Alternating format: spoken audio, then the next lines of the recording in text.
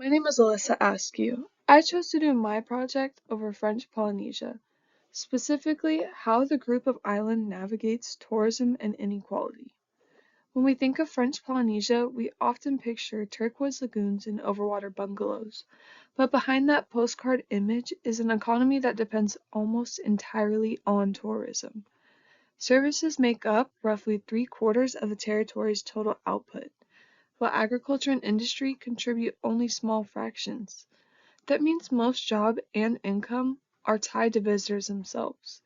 Because the islands are so remote and have limited natural resources, tourism isn't just a major industry. It's the foundation of daily life for many islanders. This dependence brings prosperity, but it also provides the opportunity for the islands to be vulnerable to global travel trends and rising import costs. Geography plays a huge role in shaping inequality in this case. French Polynesia is made up of 118 islands scattered across 5 archipelagos. This covers more than 2 million square kilometers of ocean, yet only about 4,000 square kilometers of that is land. Tahiti, the largest island, holds nearly 70% of the population and most of the infrastructure, such as airports, hospitals, and schools. The outer islands, while beautiful, are very isolated, with limited transport and fewer economic opportunities. That physical distance creates an economic distance too, where rural communities depend on Tahiti for goods and services. Nearly everything. Each year, more than 200,000 international visitors arrive, mostly from France, the United States, and Japan.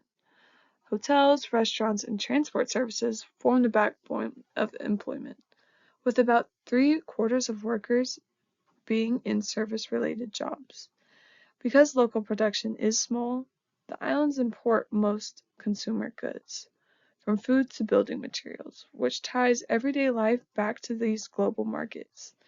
When tourism slows, these ripple effects can reach every household, showing just how interconnected the economy has become.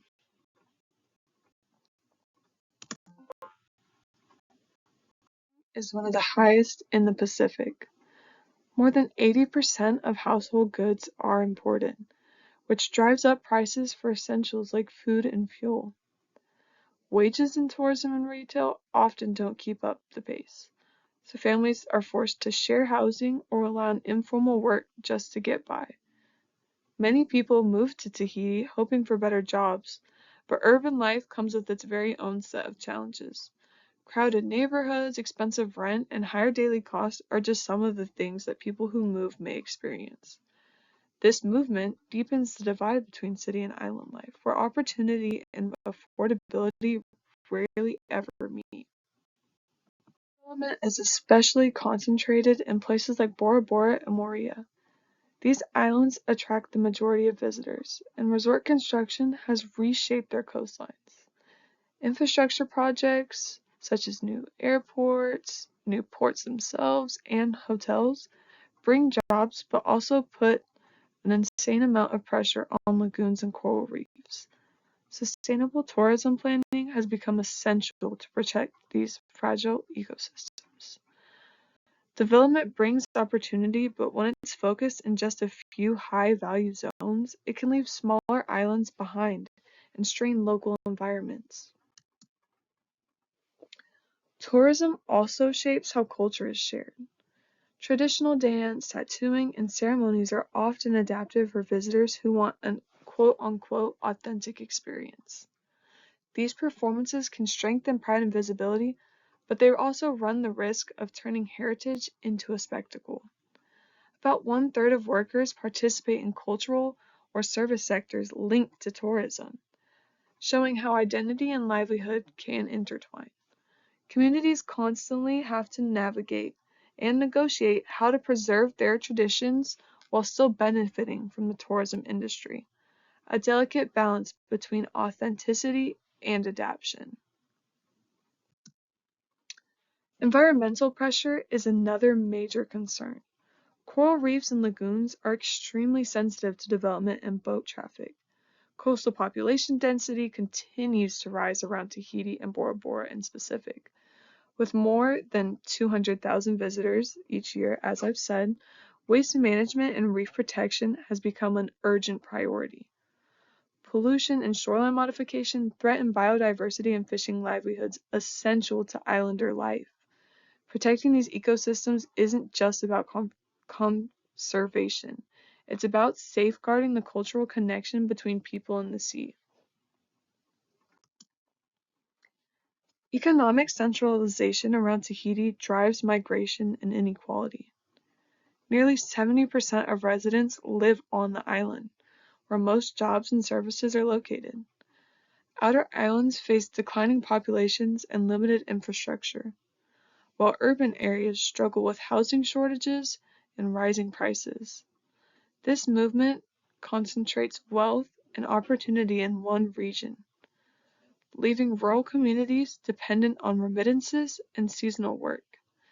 It's a pattern seen across many island economies, where tourism growth benefits some areas far more than others. Creative solutions. Local partnerships promote tourism that protects natural resources and supports islander families directly. Cultural programs encourage storytelling, traditional crafts, and performances that highlight genuine heritage rather than the commonly seen and commercialized versions. Lagoon protection projects limit resort expansion and help restore coral habitats. These efforts show that sustainable tourism isn't just about environmental policy, it's more about giving residents the power to define how their culture and economy can evolve together.